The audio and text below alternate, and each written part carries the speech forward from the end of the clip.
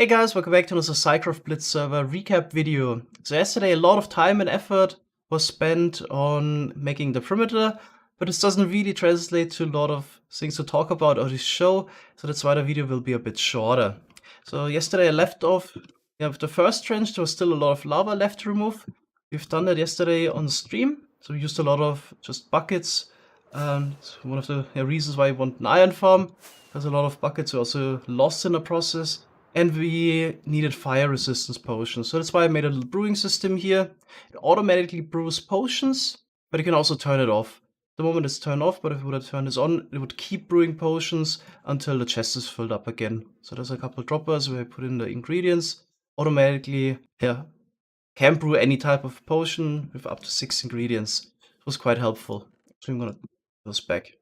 Alright, anyway, let's actually have a fly around the perimeter. So this was the first bigger trench, about a chunk wide, for the main section of the World Eater. Then we got a 3 wide one here on the side.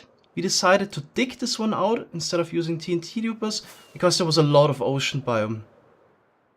So it seemed like might be a good choice to only dig the 3 wide, and then you had to also remove less water.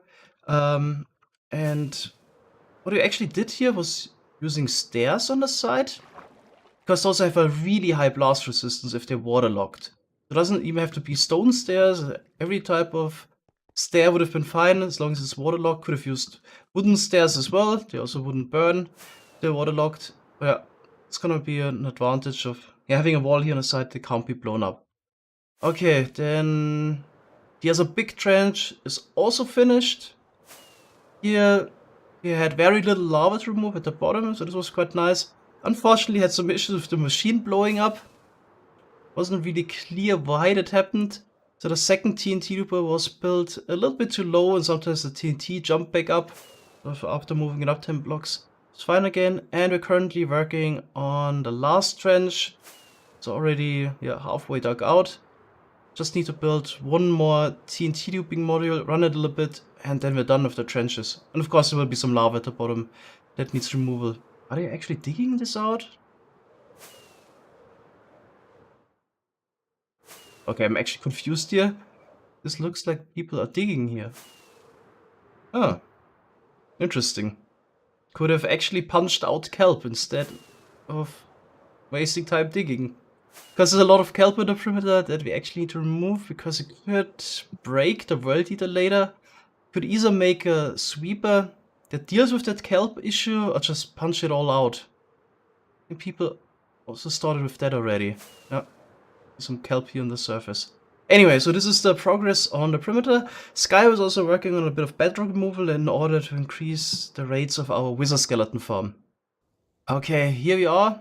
Sky spent a lot of hours yesterday working on this, removing some bedrock above the wizard skeleton farm. So we're here in Sky building a new machine that would remove the bedrock. I've been told this was designed by Axior, the same guy that also designed the 3-direction machine we used on a 1.12 server for the really big bedrock removal nether perimeter. Okay, so they're almost done, 2 layers left, but it's just, this takes some time to do. So the reason why we do this is to increase the rates of the wizard skeleton farm. So the spawn algorithm 1.17 works in this way. The game tries to spawn mobs between 0 and the highest block randomly. So in case you have the highest block at 50, there's a 1 in 50 chance that a certain block would be selected. In case you have the highest block at, in this case, bedrock 128, then you have a 1 in 128 chance for a mob to spawn on a certain block. So by removing all the bedrock or blocks on top, we just increase the chance that the mobs would actually spawn in here. Okay, so this is the whole reason why this is done. I think, the guys just wanted to remove some bedrock as well. It's not really necessary. We already have 6 stacks of beacons, so we don't really need this. But we got a whole month. We can also do some vanity projects like this one here. Alright, that's all I can show today. Still waiting for Glotz to come back to show me around and explain the new main storage in detail. It's already finished since a couple days, fully working now. Just waiting for Glotz to show me around. My plan for the day on stream is, by the way, to continue with the perimeter. So definitely finish that one trench. Start building the World Eater. I think Iceberg wanted to gather materials already. And enemy was complaining that the cobblestone is not fast enough. So he was placing a lot of stone stairs yesterday. So that's why I'm gonna build a bit faster cobblestone farm. So the first one we had was like 12,000 per hour.